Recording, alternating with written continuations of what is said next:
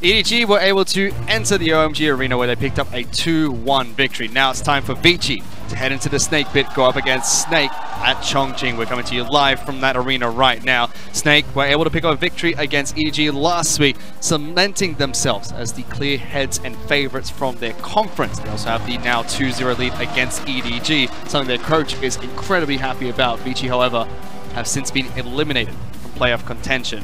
We're now going to be able to explore what does the rest of this series, what does the rest of the split actually mean to Vici, and how dominant are Snake at the moment. Hello everyone, I'm Matthew Stewart. Joining me on the desk is Indiana Frostgirl in Black. You may have recognized her. She transformed into Frostgirl after being Pulse for some time and was hosting earlier. Get you a girl that can do both. Pretty much. So we're going to dive straight into this second match of the day. It is going to be Vici taking on Snake. And Snake, they looked good to start the split. Going to cross-conference is where their entire conference started getting destroyed by the eastern side. Moving back into regular conference play, they've done well, taking out EDG once again, but we really need to see what they can do next. Yeah, Snake just frankly had a better game plan when they took on EDG. They had a better read on the meta, and they also had a better read about what makes EDG strong and how to counter it. And a lot of that was on the back of SOFM, had a phenomenal series, definitely also elevated Haro to step up, but at the end of the day, SOFM reigned supreme. Which is something we always talk about when we bring up SOFM. He is an import from Vietnam, and he's been playing in the LPL for some time now, but he's very similar to LCK junglers, and Snake do a really good job of playing around SOFM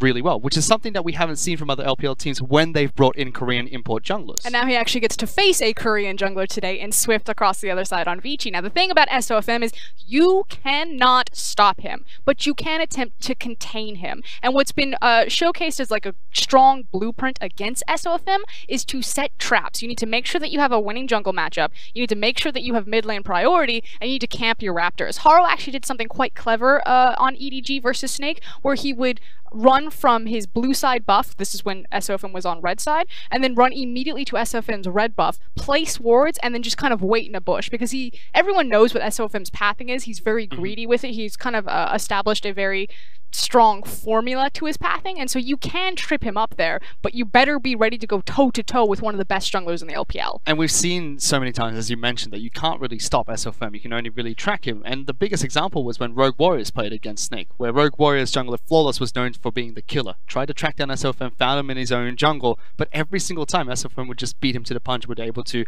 return the favor. He turned into the killer afterwards. So it's going to be curious to see what Vici can do, because Vici recently have not recently, this entire split have not been having any good performances. Yeah, the kid gloves have to come off with Vici. Like you said, it's kind of these two teams have very different expectations going into this series.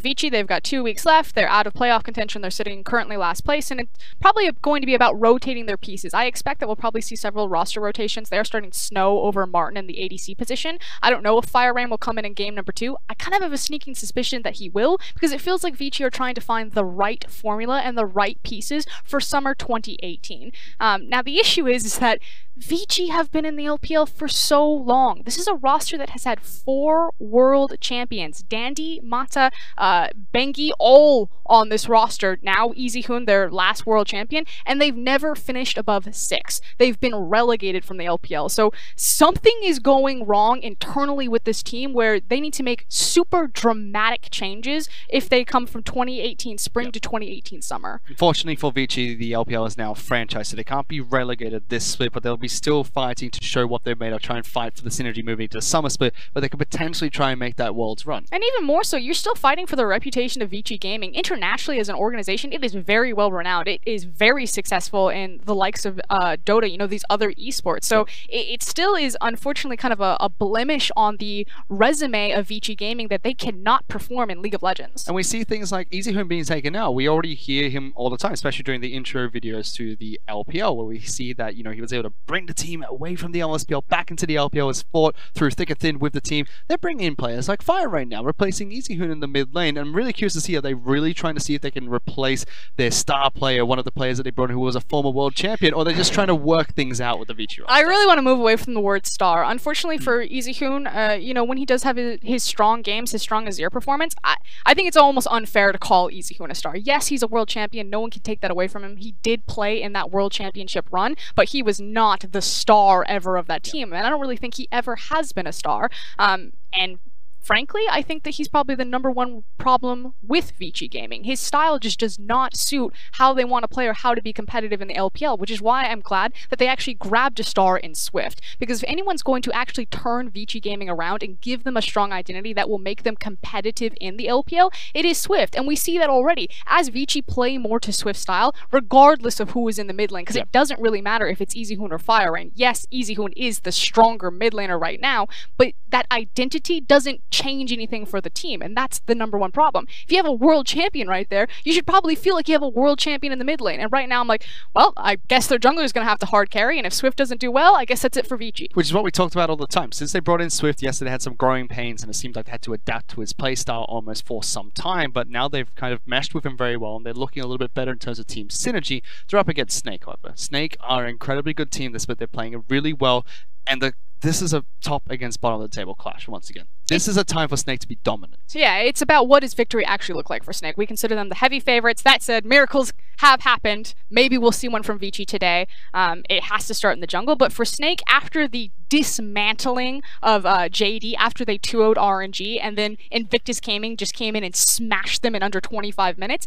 Snake almost have to do the exact same thing to Vici if we still want to even consider the Western Conference in the same breath as the Eastern Conference. Because right now you have these Eastern giants, and that side of the bracket just looks completely stacked. And if Snake's the best hope for the West, they better show it today. And if that's going to be the case for Snake, what is their game plan going to be? Do they try to tear apart Swift? Because we know that Snake are going to play around their jungler SOFM. Do they try to counter that by taking apart Swift, or do they target the rest of the map, where Vici have looked weak recently? I mean, frankly, you could target any part of the map for Vici Gaming. And the thing is Crystal, we were having this discussion when they were facing EDG. Clement and I were on and on that Crystal is a mid-tier, mediocre ADC in the scheme of the LPL. You know, we have such a stacked top 5 that if you put Crystal in any other region, he's probably fine. But in this region, he comes up short, and the team should be able to exploit it. Against the likes of Snow and Martin, Crystal's not going to have any problem. So the one weak link of Snake that you would think that you could target, and that the other top teams have with the SMLZs, the Jackie Loves, and the Uzis, Snake's not going to have that problem here. So they can attack anywhere on the map that they want. They can throw to Flandre, he's got the highest gold percentage and damage share of any of the top laners. They could even throw it to Crystal and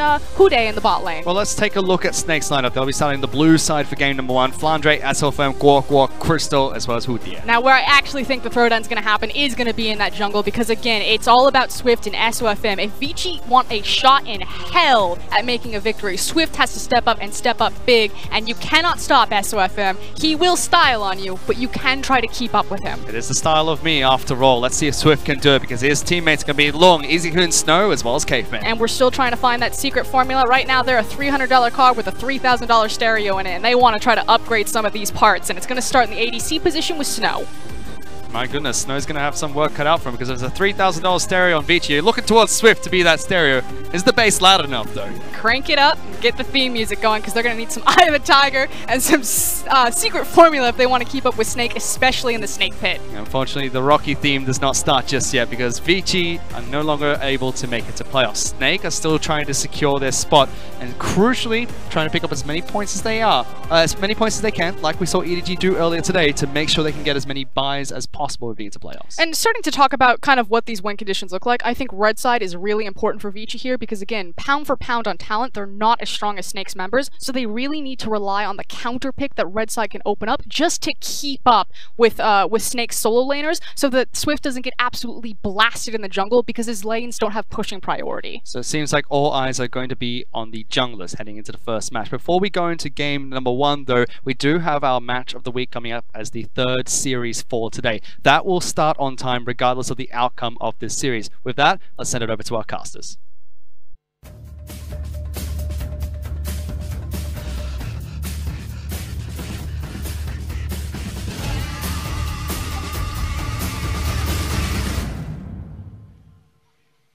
Thank you so much, Fish and Frost. It me dumb. This guy, Clement. We're going to get into game really quickly, because as I hear, they are really ramping up the speed in the Snake Pit. At least that's the hope for the likes of Snake in this matchup against Vici, because again, this is the best team in the West Conference, playing the worst team in the West Conference. And I think it's pretty safe to say we should be expecting a shellacking. Yeah, we do need to see a shellacking from Snake because so far they haven't been able to do it against lower bracket teams. They still have the second longest game time out of any team in the LPL. Just not very clean execution. They want to show some dominance coming into playoffs. And the hope is that we see it here against the likes of Vici Gaming. Now, that being said, we've already got 2, now 3 quick bans being taken away from the likes of Snake. This is the big thing that we were talking about between me and you before the ban picks, was that Long doesn't really play any of those bruiser champions. There's 3 big champions that he needs to take away from FLICKR to level the playing fields, and those are Camille, Vladimir, and also the Gangplank. He does not touch any of those 3, and that's been a huge problem for Vici for a long time. It puts them behind in the ban pick phase. Well, now Long, perhaps we could see an early top lane priority. We've seen solo lane priorities earlier today, and it worked out quite well for OMG, but will that be the way that Vici decide to run it, as they have got Snow filling in for the AD carry position for them? Could prioritize that bottom lane with a Xayah first pick. So far, he's played it twice already and won both times. Yeah, so Snow, basically the new member on Vici Gaming, taking over the helm on Martin. He pretty much fills the same role, but with different champions. Still 32% of his team's damage, but he much more favors the Xayah and the Caitlyn over things like the Tristana. We'll see what the answer is going to be from Crystal in that bottom lane, because he needs to prove himself in this next matchup, as Rakan is the follow-up. Xayah Rakan, the lovers duo. This is an interesting pick here. Usually when you see the Xayah first pick, you see something else taken just for a priority pick, so you can leave the other team hanging for a little while. They're not going to pick up the Rakan. Rakan's not very good on his own, not a bachelor type of person, but they don't hold any punches here, and they go through the draft relatively quickly on Vici's side. Look, I reckon Rakan has got a stellar bachelor pad. We might get a chance to see it at some point, but for now, we have to turn our attention back to the likes of Alistar and Azir, locked in. Guoguo prioritizing that in the mid lane. Very huge champion for him. He's played it 7 times with an 86% win rate. And of course, Sejuani locked in for Swift on the opposite side. So it's really important to note about the Azir. Usually Snake and Guoguo specifically, they like to take the Rise instead of the Azir, but the reason they're doing it is because of EasyHoon. Now, EasyHoon had a great game on Azir in the previous series, got a quadra kill, so they're taking away something from EasyHoon, and they still feel comfortable on Azir even on patch 8.5, where the champion has been nerfed. Well, we'll see what the answer is going to be from EasyHoon in the mid lane, as so far we're seeing more top lane bans being taken away from Long. Snake very clearly have their priorities set up. And like you said, that Gangplank could still be an option for FLICKR. Yeah, that's that one pick that Long doesn't really touch and FLICKR has in his back pocket. But looking elsewhere on the matchup, we're seeing Vici also identifying the weakness of Snake. They're trying to punish Crystal, taking away the safe pick in the Ezreal and also his most played on the Varus. So a very interesting setup here. What has made Vici successful in the early game so far we've seen is Long's teleport, his initiations, and with this setup, they have a very strong power play about level 6, level 7, where they can all go into the bot lane and try to punish Crystal. And that's been where Vici have found a lot of their strengths. When they can set the pace of the game, when they can dictate the tempo of all of the lanes and all of the matchups, that's when we see them at their best. And like you said, they have engaged just about everywhere so far, and they're still saving counter pick for Long. Yeah, not a lot of options here for Crystal right here. This is going to be a tough decision. He's going to have to pick something that can possibly survive the lane. Ideally, he would want Tahm Kench on this rotation, but of course, it's already been banned away. Yeah. It's also Crystal. Oh, come on. Are you serious? In front of the hometown crowd. You've got him all riled up. He's got a chuckle. Hudye. Oh, he's got a smile. There's no way. Oh, There's man. no way he takes it. Oh, there you go. There you chin go. locked in. All right, now this is a much safer option than the Draven. You know, buddy, I love the Draven. He had that duel with Jackie Love where he actually came out ahead. Yeah. But you're not picking a Draven into Rise, Sejuani, Rakan inside. There's no way you're going to do that. Oh, man. It makes a lot more Technically, sense. Stand Aside can interrupt Rakan's grand entrance. Yeah, but can you interrupt Glacial Prison? Well, Oh! not technically. Wow. What? Is that a Jace lock-in? Is that long? It is. So far, he's only played the champion once in 2018 and lost with it with a whopping 0.0 KDA. So Long taking the confidence play against Flandre's Gangplank. I was definitely expecting a tank, and what I was thinking about this composition was that they were just going to get a tank, teleport into the bot lane. They have mid lane priority with the Ryze. They have a lane gank that's really powerful with the Sejuani. Put a tank and lock it down. Well, Vici are saying, no, we don't need any more CC and initiation in this bot lane anymore. We're actually going to take it to Flandre in the top. Like you said, this could be a way for Vici to try to dictate the tempo, dictate the pace of this game. If Lung gets an advantage, then that's 3 lanes that are all very present for the likes of Vici. Yeah, so Snake basically going with a very conservative type of composition. You know, they don't have mid lane priority with Guoguo. Against the Ryze matchup, it doesn't fare so well, and they have a bit of a slow start in both their bot lane and in their top lane. So it doesn't look like Snake is going to go for the crushing victory that we wanted them to. Instead, they're just going to go with slow and steady. Still, though, as we get closer to playoffs, you always have to ask the question of if you're, oh my god, if you're already that close to getting in, do you commit to finding new strategies, or do you hone what works already? We're just going to gloss over that. Okay. But that's a question I'd actually present to you, Clement. Okay. If you're getting this close to playoffs, if you're 2 games away from locking in your playoff spot, do you try to show something new, experiment with new strategies this close, 2 weeks away, or hone what you know works? Well, for Snake, I want to show people one thing, and that's our bot lane came here to play. Like, you cannot punish our bot lane with other of those picks right here, but you know, they're still going with something really safe this time around. They certainly are. We'll have to see if it works out, because it looks like we are just about ready to load onto the Rift for game 1 of Snake versus Vici.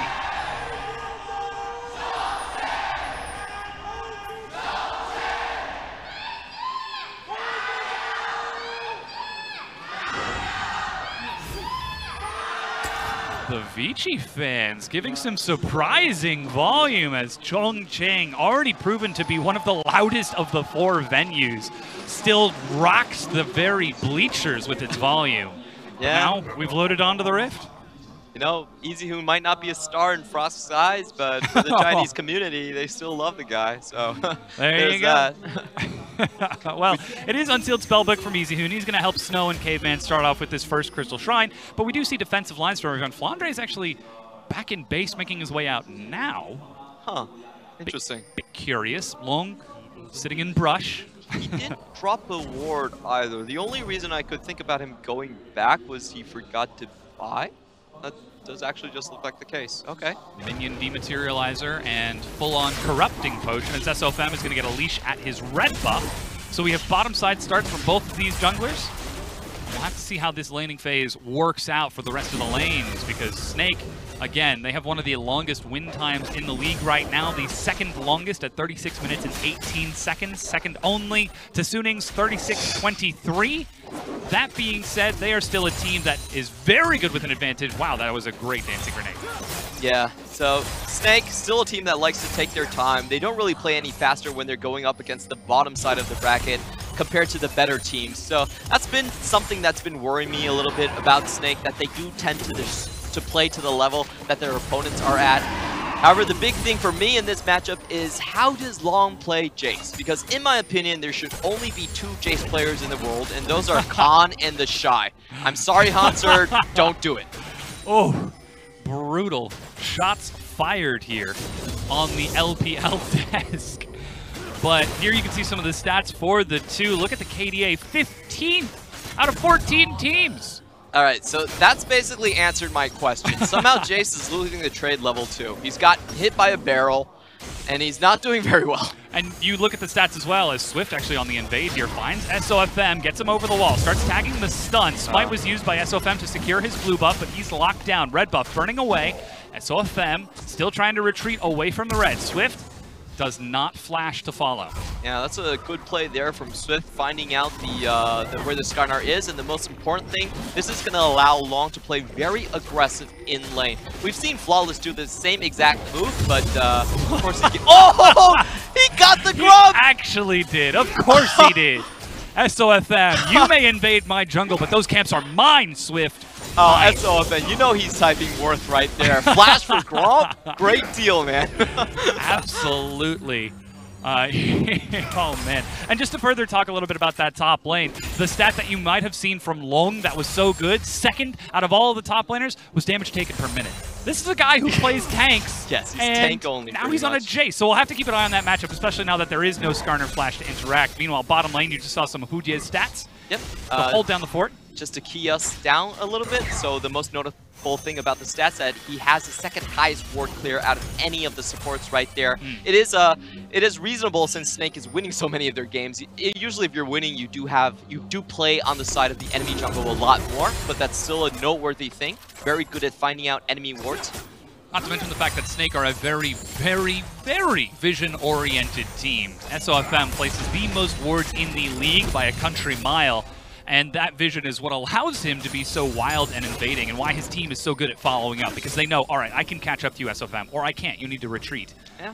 Apparently, South Korea actually just means Vietnam. So definitely a very, very strong Korean tendencies coming out there from SOFM. Yeah. Maintaining that vision presence. But still, we've got fairly standard lanes as Caveman hits the knockup, and Hujie immediately disincentivizes any further trade, but Hujie taking just a few hits here. Still, Crystal's doing a pretty good job down in this bottom lane against Snow. He's already up 9 CS with this initial wave, though Snow should be able to catch up mostly. And that's something that Snake have got to take away from this, because Crystal's performance has been a bit suspect against some of the top-tier AD carries in the league. Yeah, this is a great showing so far. So both of the teams in their bot lanes, they did help with their jungle leashes. They went to lane at the same time, but still Crystal able to eke out an entire wave in terms of CS advantage. Now, a lot of the times, Jin does have a relatively easy time against the Xayah. He does have a very targeted type of ability to go up against her, and a little bit of a range advantage as well. We can see that providing a bit of an opening for Crystal is Swift. Is he going to control ward? He's hunting for SOFM, might have got him timed on the Scuttle Crab, but this time SOFM is a level up. Does he still want the skirmish on the Shrine though, as Guoguo will help zone him away and looks to finish off the Scuttle Crab before turning towards the control ward. Yeah, well played by SOFM right there. Sidesteps the W from the Sejuani, so he knows he can trade back. And also, if you look at Guoguo's positioning right there, very important to note, he did slant towards the left side over the Rise. So better positioning on the map from Snake, and that just means that Swift isn't going to pursue it. Take a look though, Swift is actually invading once again as Flandre is getting pushed in, forced to ult the minion wave, as that was a good attempt from Long. That was really ballsy from Flandre. But Swift on the invade gets a ward, spots out SOFM, but Guoguo, again, the communication for Snake, sees that this is happening, pushes the wave in, and then helps escort Swift back out of his jungle. And in the bottom lane, Hujie and Crystal don't try to engage and trade back with Snow and Caveman. They just play it safe. Yeah, the main problem you're seeing here is that Rise hasn't really hit the point where he can control the wave fully, and this is also due to the patch cutting his wave clear down by a little bit. So without the help of Rise there, Vici have a hard time really setting up the dominance from Long. And I was calling Flandre's Cannon Barrage a very ballsy play because he didn't bother hitting it on the Jace. He's like, I don't even need to slow you. I'm just going for the minions. You're not even going to hit the Shock Blast. And he missed the Shock Blast right afterwards. So it's like, oh wow, Flandre, that was... It's the confidence play, right? Yeah, you play it for the minion wave, and it's worked out. He's 5 CS up so far on the Jace into, Gangplank into Jace. That should not happen, by the way. Yeah, the Cannon Barrage is almost off the cooldown. He's nearly got his teleport, and remember, that first dragon is Infernal, so huge incentive to look for that a little bit later. That being said, though, we just have extended laning phase from the bottom half of the map, though SOFM fancies himself a bit of an invade. Yeah, he's got full vision control over here. Vici Gaming don't see that he's here. And he's basically setting up for the big play where Sejuani with her ultimate and Rise with his lane priority are going to come down in bot lane to try to make things happen. SOFM is doing a preemptive steal here. Yeah, Guoguo, actually doesn't make it over the blue pit wall. Hujie is there first. That's the Impale. Knock up onto 2. Hujie goes in. Who is the target? SOFM on the side as blue buff is taken in the chaos. It's going to be split, and SOFM goes down as Vici chase. Hujie forced to flash away, but that's Realm Warp to catch up. Pulverize is on cooldown, and Hujie sacrifices himself with a 3-man knockup so that his AD carry might live. And such good mechanics coming out from Caveman, getting the double knock-up and then having the idea to walk down and then basically not allow Crystal to use his curtain call right there. Basically stunned him and then flew back to Snow, who was on top of the ramp. So a lot of that has to go to Caveman. Really well played. Things looking good for Vici after that first skirmish. It might not have been a deliberate trap that they set up to catch SOFM, but it's the exact same game plan we've seen time and time again, a collapse. Yep, so they are going into Vici's strong side, I would say, 4v4 scenario. Vici should win out on this fight. The really good call from Caveman right there at the start of fight, double knock up, and then walks into Crystal for another taunt right there. Charm, I should say, and basically clean up crew from there. Zir is not a champion that you really want to 4v4 fight early on with, so a bit of an overreach from Snake, to be honest. That being said, they are going to be punished. Vici did not actually set or dictate the tempo off of that kill. They were simply reacting to the play of Snake, though we continue to see Swift maneuver around the map and try to catch the likes of SOFM. Still, as we crest towards the 10-minute mark, it's Vici who find themselves with a slight advantage, though the lanes so far seem to be in favor of Snake. Yeah, we do see the CS lead where in places they shouldn't really be, especially the bot and top lane are very obvious. The Gangplank should not be winning this matchup. You pick the Jace to win lane, and if he isn't doing his job, then you might want to reconsider that, Jace, you know? As for the bot lane, I've been really impressed with Crystal so far. He's really hitting the mark on showing other playoff teams that he can still be a threat and not someone you can bully around. 12 CS ahead so far as he completes his recall. Matches the items of Snow, who has a kill and an assist, as SOFM will be picking up his own blue buff. Is SOFM the kind of jungler who will sit there and wait while Guoguo clears out a cannon wave? Let's see how many times he pings. I count 5. Okay, he'll wait. He'll wait. Oh, good guy, SOFM passes it over. You know, if I play in the jungle, it's 3 pings. That's pings all you get. All 3 you pings? get. Why 3 pings? What dictates? Well, where's the line? Okay, so if you don't see my pings by 3, then you're probably blind. It doesn't make sense for me to ping 4 and 5. It's a conscious choice at that point, yeah. Yeah. Oh, good flash from Guoguo to get away from Swift, who just walks up, tosses the bola. Very easy for Ryze to follow up with the point-and-click snare, but no rune prison after there's no bola. Yep. So Guoguo playing that matchup, still very well, very conscious of where possibly Swift could come up on the map. And even though there's 2 kills on the map so far, we haven't really seen Vici being able to execute their bot lane strategy. You see Flandre stepping up to Lung. He's doing good damage. Flashes. Is he going to chase him under the turret? Oh, the parlay for another kill. Solo to Snake's Flandre. Oh, that was basically Flandre pressing Q to pay his respects. Parlay! And he takes down Lung. Again, this is not supposed to happen in that matchup, all right? I was really surprised by Long picking it up. And, you know, maybe they know they don't have the playoff oath. They want to try something new, but it's not his style. We do have an engage being forced onto Crystal. He flashes back away from the Featherstorm. Snow catches up and has enough damage to lock him down. Fujie turns and leaves as Long teleports back top. Yeah, a bit curious right there because we didn't see a flash out from Crystal. Yeah, we were just commending him for playing a good laning phase. And then he just gets caught disrespecting the Zyra Rakan. Yeah, and if you watch the items, they're still on the same footing. So it was just a straight-up outplay coming out from Snow and Caveman. Let's watch that again. No, we're going to watch Long. Gets baited, 1 barrel. Is he going to get... Oh, he gets 2 barrels. Oh, wow. Ow. And then the auto attack burn. Yeah, he's actually waiting there, you know? For the cooldown, yep. Yeah, he salutes him a little while, puts his gun down, and then cues for respect. Bam! At least he didn't emote. Yeah. Goodness, that would have been salt to the wound. But as it is, it's 1-3. We're still seeing strong laning phase from Snake, though Crystal is starting to fall behind a little bit as Snow has caught up in CS and is now 2-0-1. Still even in the mid lane, though. Yeah. Andre is trying to upset that balance as much as he can. Still gets lands the barrel combo. Oh, that's such a clean triple barrel. That's actually very hard to do. Wow, that's really impressive. Flandre Don't hold back. Best. Tell us how you really feel. Yeah, I mean, Flandre is the best Gangplank I've seen on flanks. There's a lot of Gangplanks that they don't have an E skill, basically. They have the orange, they have the Q, and they don't really have an E. Flandre is the guy that can flank with the Gangplank. Super amazing. We do see the Infernal Dragon being started by Vici. There are pings only now happening from Snake, but they are not responding anywhere near fast enough. The first Drake is taken by Vici. How do Snake use that knowledge? So far, it looks like a rush to take the top tier 1 with FLICKR and SOFM. And I do have to say, along with his item build, it's a very ineffective item build in the top lane if you don't have a lead going for the lifesteal. So the basic concept of lifesteal is if you can stand and auto-attack someone, you get life.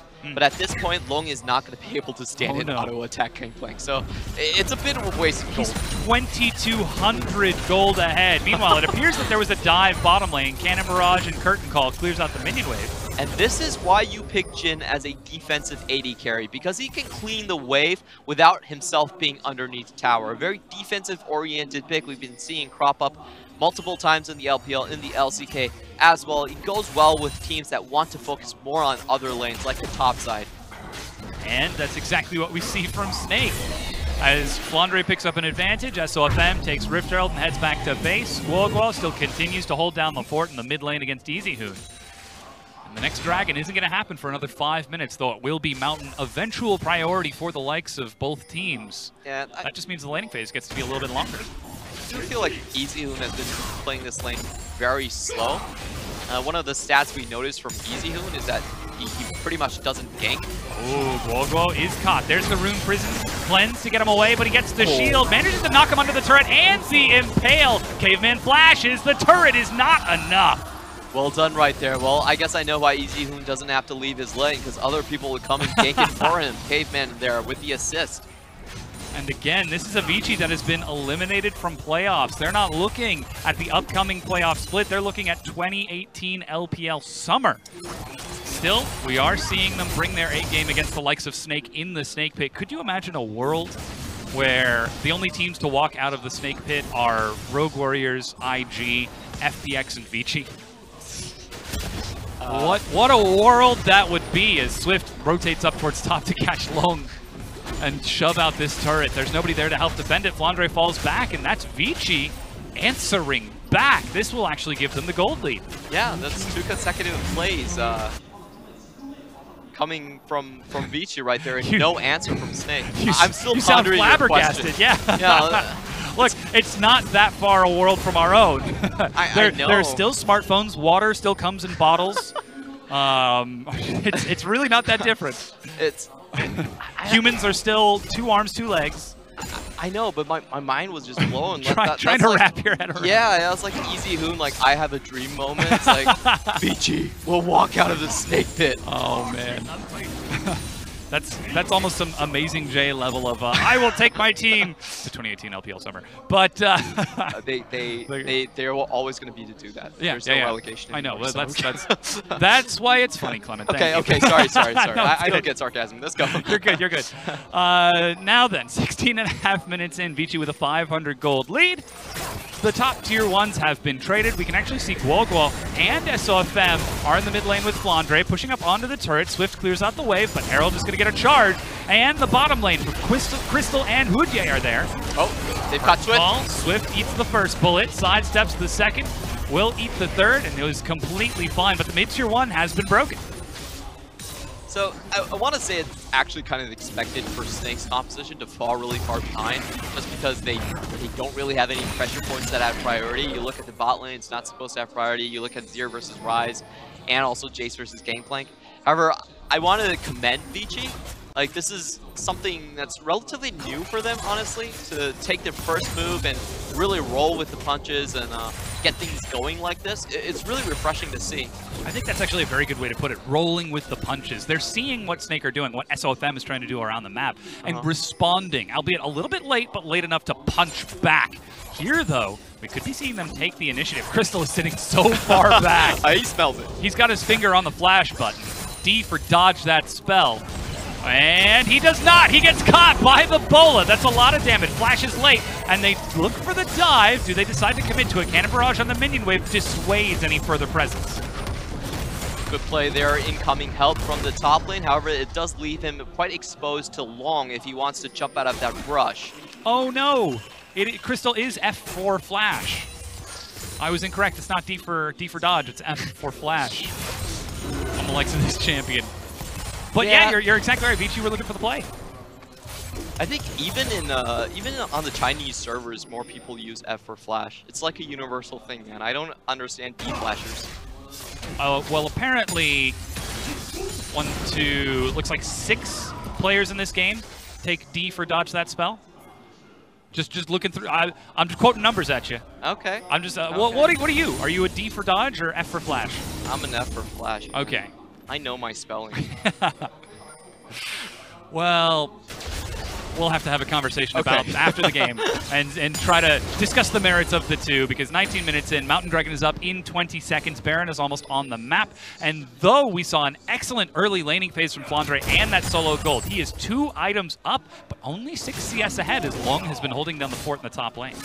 Yeah, but we still have to remember this is not a Grasp of the Undying game plan. It is the Kleptomancy. Yeah, you're right. So going that far ahead, he's probably 2k ahead at this point, and he does have that tower solo gold, in the top lane as well. So right now, I don't see the merits of the Jace pick anymore. I don't really think it's going to be able to split push even.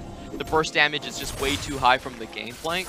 What Vici really need to do right now is just try to snowball their bot lane and their mid lane even further. If this goes to late game, I give the advantage over to Snake quite heavily. Look at this. Snake are grouped up as 5 around that Mountain Dragon pit. You can see all 5 members of Vici are there, including Long, who's walked, but SOFF finds himself a jungler, and Swift gets pulled all the way from blue to the dragon. Wow. That's such a great combo. That was so well executed. The Alistair there was an impale into a barrel, and then Hoohin knocked him back into the dragon pit. That just feels bad. That's a roller coaster at that point. Take your hands off the wheel, because that's a kill for Snake and that Mountain Dragon. Next one will be an Infernal, though, as Guoguo targeting out EasyHoon in the mid lane. Flandre doing some damage. Realm Warp. EasyHoon gets out! Oh, well done. You no longer can use the perfect timing on this patch. He doesn't even have it, but he still managed to use his movement speed, get onto his Realm Warp, and get away right there. But that was a kind of a poor situation read from Vici. They actually need to do things early, so it was a good opportunity for them to try to contest the dragon and win a fight there, but unfortunately they just weren't grouped up for it. Snake got the drop on that and performed an execute on Swift. Basically. Whoa!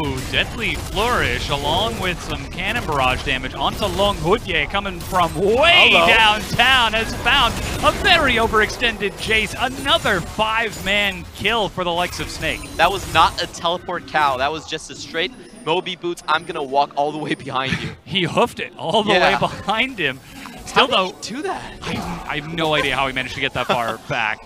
But Snake, they are being so diligent with the vision that they're setting up. They've controlled the top side of the map. They still got remnant wards on the bottom half. Perhaps that could be it, slipping through the fingers of Vici's wards. Yeah, so Snake are pretty much just outpacing Vici all over the map. They're first to the punch, and Vici aren't reading what the plays are. They aren't setting up for anything that they should, in theory, be looking out for.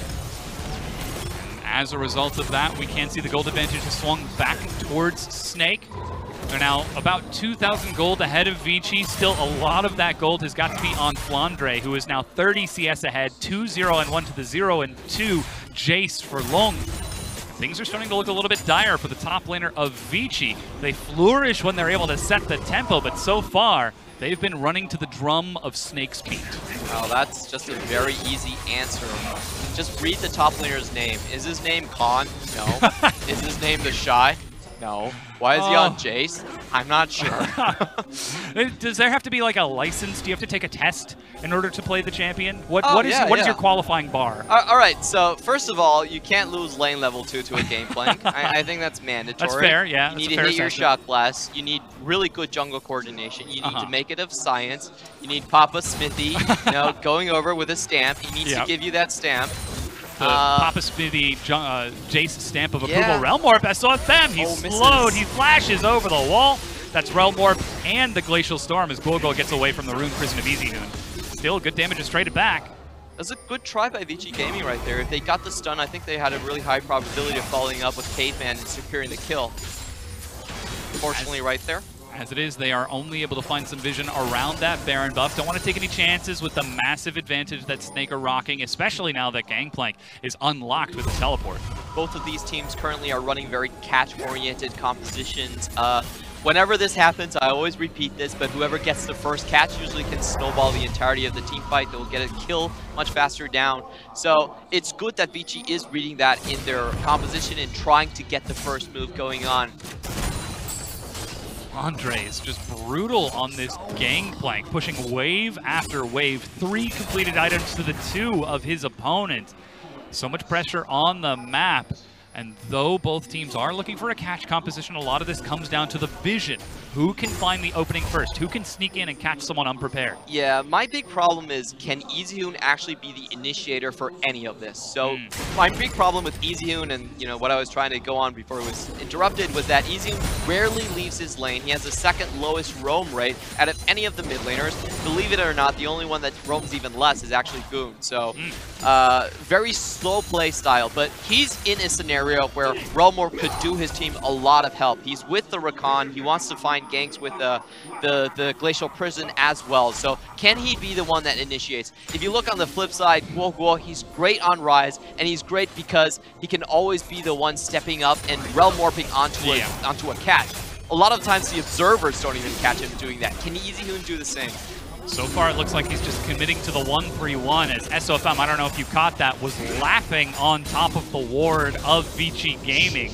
So the Snake Pit still looking very confident as they just sit and wait. Vici placed all of their vision, all of their wards, but for those in Caveman's pocket, and then immediately just turn around and have it all swept right back out from under them.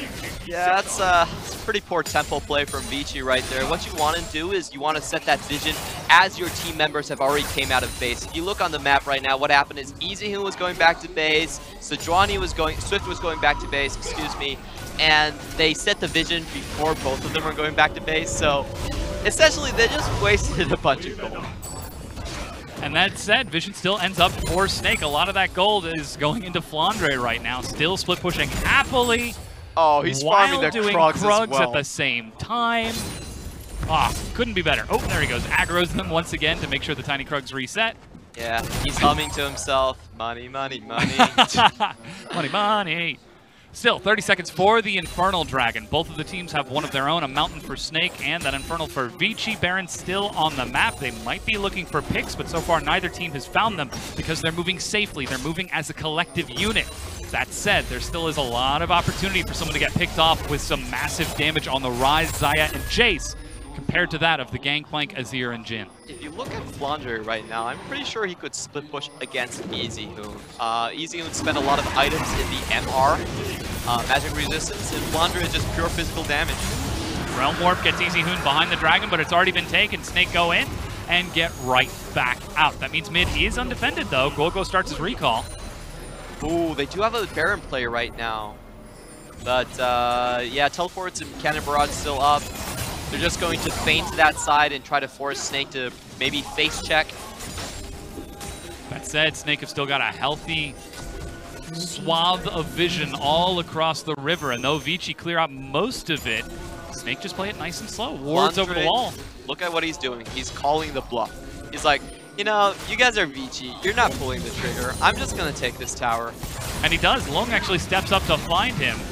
Looking for the 1v1.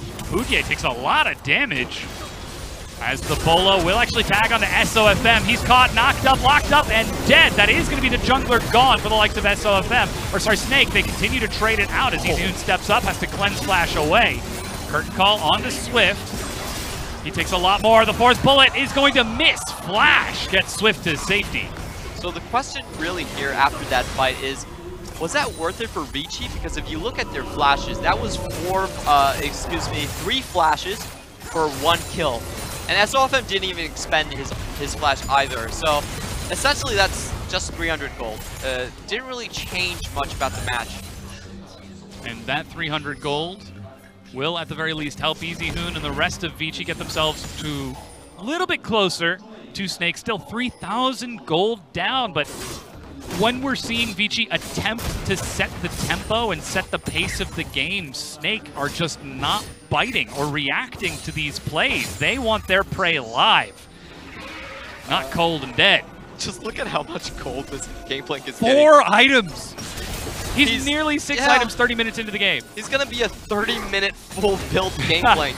and he's cleared out all the wards as well. He's like, guys, wait a minute. I need to get all my items. Now they're already starting the Baron. They've got that one Mountain Dragon to shred through. That's a teleport from Long after he breaks down a tier 1, but Baron is dead. Hujie with the ultimate retreats as the teleport is canceled by Long. Recall from the likes of Snake to defend, but they've already opened up the map so much. Yeah, Long really called the wrong bluff right there. He was trying to do a Flandre impression. It's like, I'm going to stay here, take your tower. It's like, oh, Baron's gone. And look at the item Flandre gets as he makes his way back out onto the map. Another BF sword. This guy is massive. Yeah. You know, sometimes the game planks work themselves into a frenzy, and they keep on clearing waves after their full build.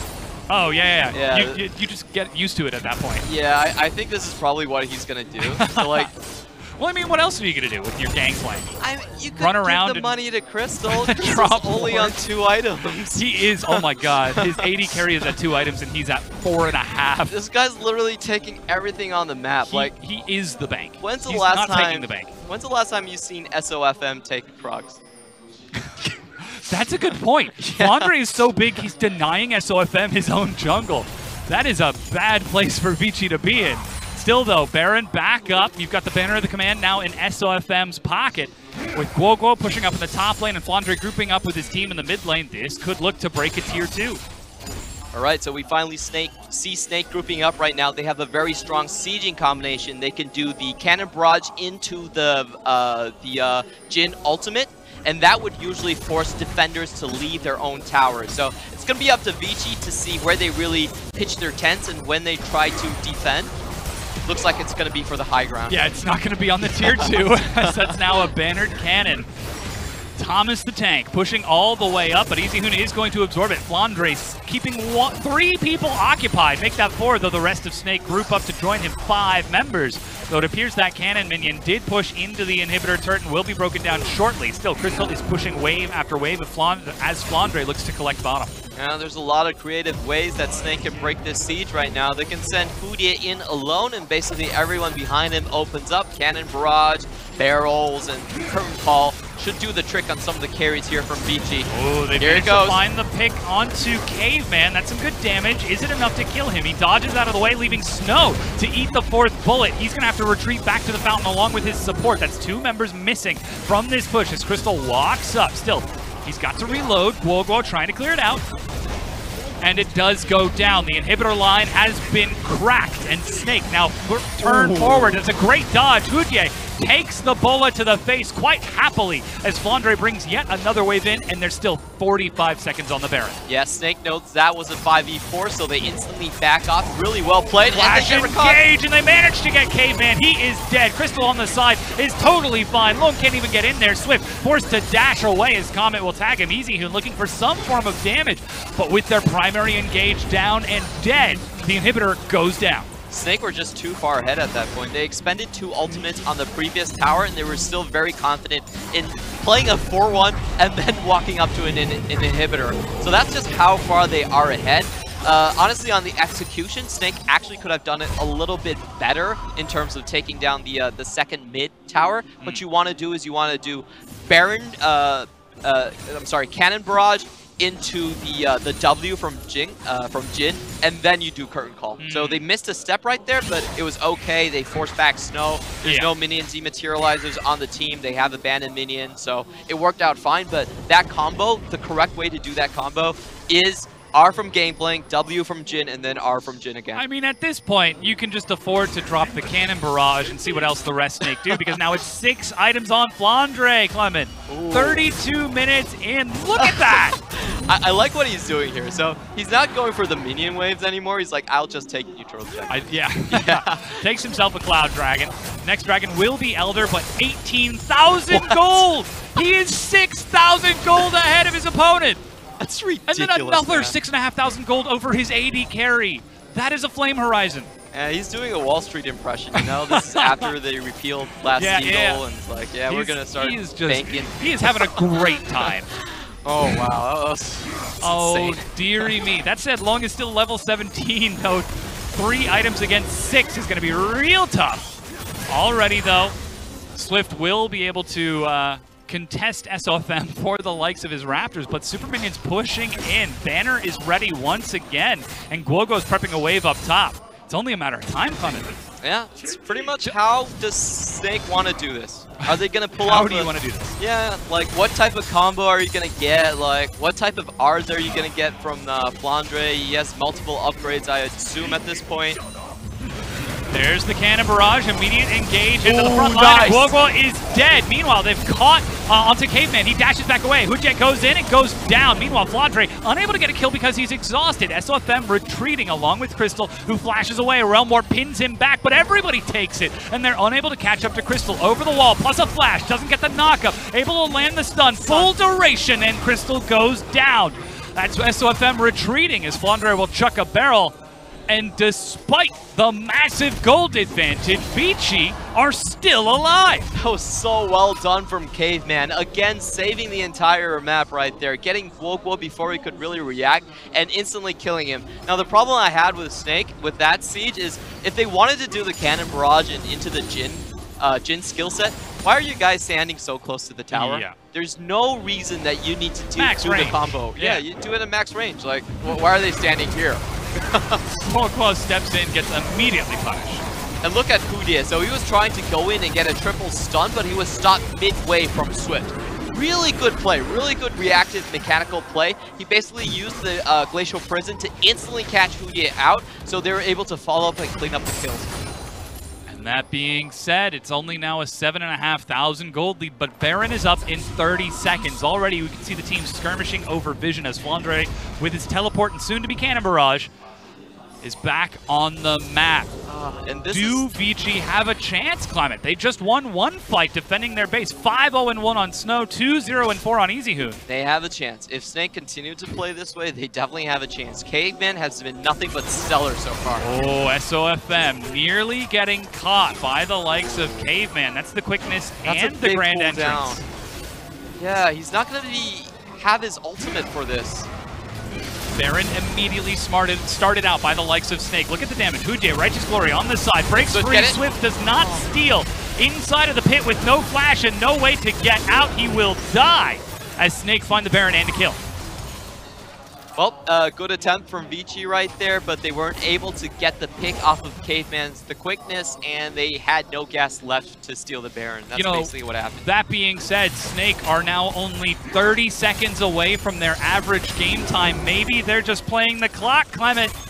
But trying to get it as close as possible. Why would you want to play the clock? You're the best team in the West. Why do you have to make every game drag out to 36 minutes? It is playing it safe. Respect the opponent. Was that 1,000 damage onto Long? Oh, yes, it was. With a single barrel. Alrighty, Caveman looking to step forward. He almost has the quickness, but there's the Ben and Minion. The engage onto Long. Dead again as the inhibitor is broken. Not much answer from Vici. They've already lost one member, 2 inhibitors. Soon to be another inhibitor, as Long is dead for another 45 seconds. Minion wave crashing in now from 3 lanes as Snake are just clearing out every objective on the map that they can. Looking for the 3rd inhibitor now as SOFM is hanging back, looks to step forward, but quickness is back up for Caveman. Nearly has his flash too. That said, the inhibitor line will shudder as the 3rd falls. Final inhibitor. Where does Vici draw the stand? Where do they put their line in the sand? It's not going to be here. Well, by the looks of it, it might be game 2. Yeah, so not a lot of response from Vici. I don't really blame them. They're missing 1 member, so it would be kind of a suicide mission, and it would just allow Snake to end the game. So the decision not to go in there, I think, is respectable from Vici. But, you know, they don't really have much to defend. The next push is going to be it.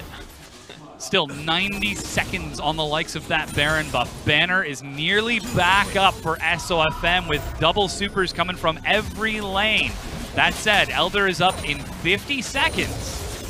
Could be an opportunity. Yep, this has been the Caveman show. Let's see if he can get both of Snake's carries.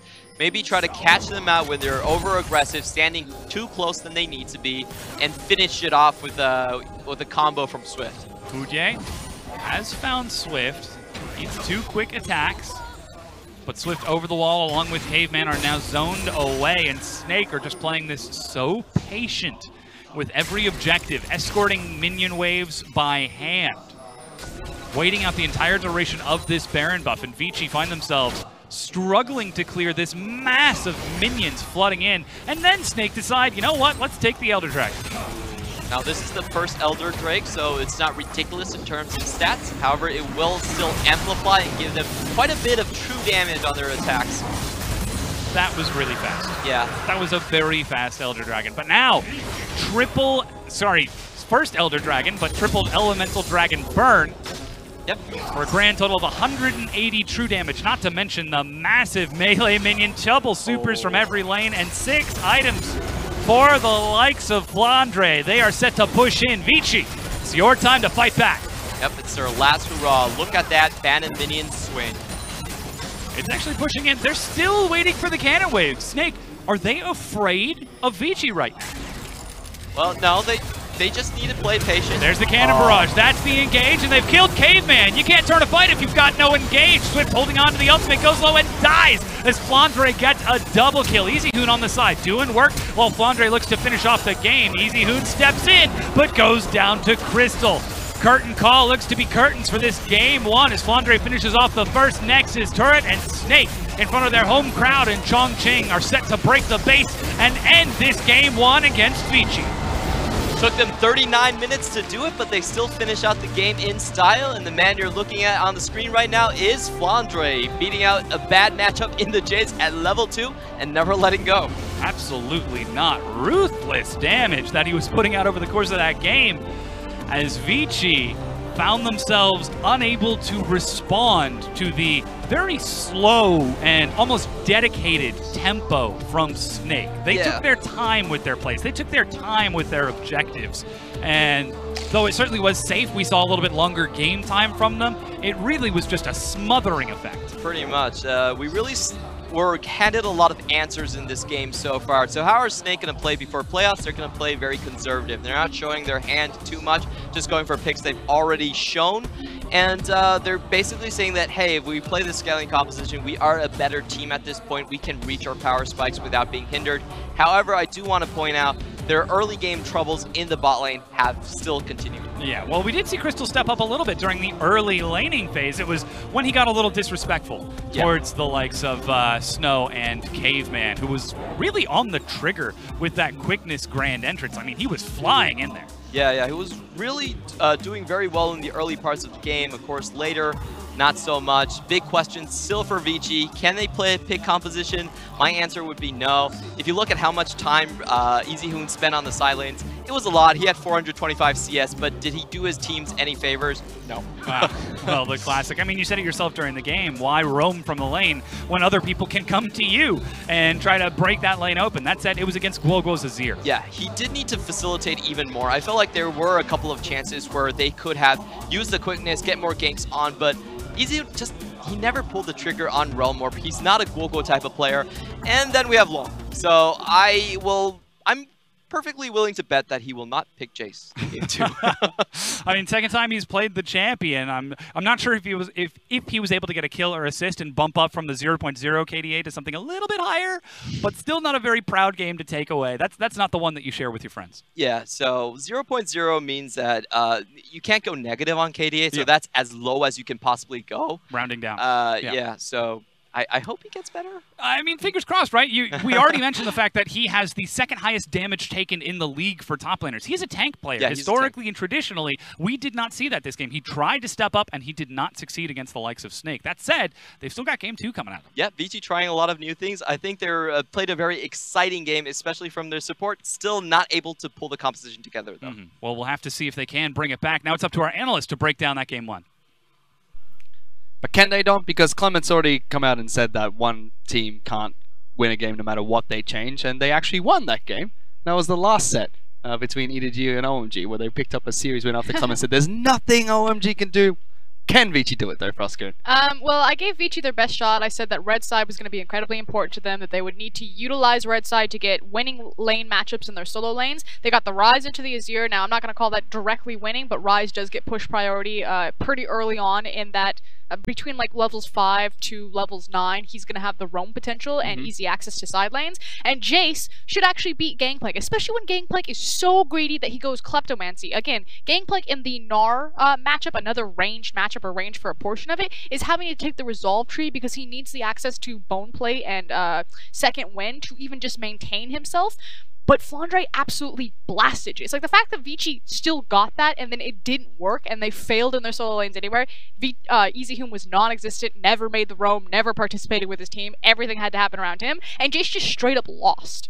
Yeah, pretty much. And on top of that, it was the right move from Vici. Drafting so that they had the winning solo lane matchups, weren't able to execute as efficiently, but they did track SOFM and they did punish him for trying to make those invades that he's so predictable in doing. But did they though? Like, yeah, Swift was much more proactive on the map, you know, getting in SOFM's face, forcing him to flash for the Gromp, catching him occasionally. There was that blue buff skirmish where SOFM got punished there, but ultimately, I feel like Swift is trying to put out every single fire on the map. He didn't have time to dedicate towards the top lane. I think if you are going to pinpoint on Swift and say, where did you actually make a mistake that game, I think not assisting his Jace was a big issue, because when you have that Jace versus GP matchup, like, Jace is your primary bridge from early to mid game, so you need to get him snowballed. Swift hardly spent any time, but I can kind of understand that from Swift, because everywhere else in the map was really struggling in matchups that they shouldn't have. So what should Vici be doing to make Swift's life easier? If everything is on fire, how did Vici stop everything from being on fire so Swift can actually do his job? I think it mostly means that they just need to play defensive. The bot lane between Caveman and Snow was actually doing fairly well, you know, trading a couple of kills back and forth, but it was just a better read by Crystal and Houdier to absorb a lot of that forward pressure from Xayah and Rakan, and then just kind of waste a lot of Swift's time. So I think you make the comp simpler. Not every lane needs to win, not every lane needs to have the attention. If you have a Jace, just give it all the resources to the Jace. Unlock your Rise. Try to get him also to bring resources. But right now, it's trying to do too much, trying to juggle it and carry too much. And without giving the resources to the top side of the map, FLICKR on his Gangplank was able to take it to Jace, and he picks up MVP for his performance. Yeah, I mean, just to reiterate what the casters were saying, he was 6,000 gold ahead of his opponent. Now, when Snake are 8,000 gold ahead of Vici, that means like 90% of that is on one guy. So if FLICKR misplayed those team fights, that would mean that Snake actually didn't really have a lead at all. But fortunately for FLICKR, he is having a 2015-esque type of split in 2018, and it's just looked great. And the arrogance to take Klepto on Gangplank in that matchup really showcases that. And on top of that, I just want to go back to what we talked about before the match. Was that the dominant performance Snake needed? Because yes, it was a class act coming out from FLICKR, but it still felt like it was back and forth despite the gold always being in Snake's favor. Yeah, it's subbing the word dominance for controlled. It was a very controlled victory from Snake. They never felt like, even when a fight went to Vici, that Snake were out of control. It was pretty much like, yeah, we're going to beat them anyway at 40 minutes because of our comp, whatever. Well, that was game number 1 where Snake were able to pick up a victory, but we're going to go to a very short break. We're back with game 2 in just a bit.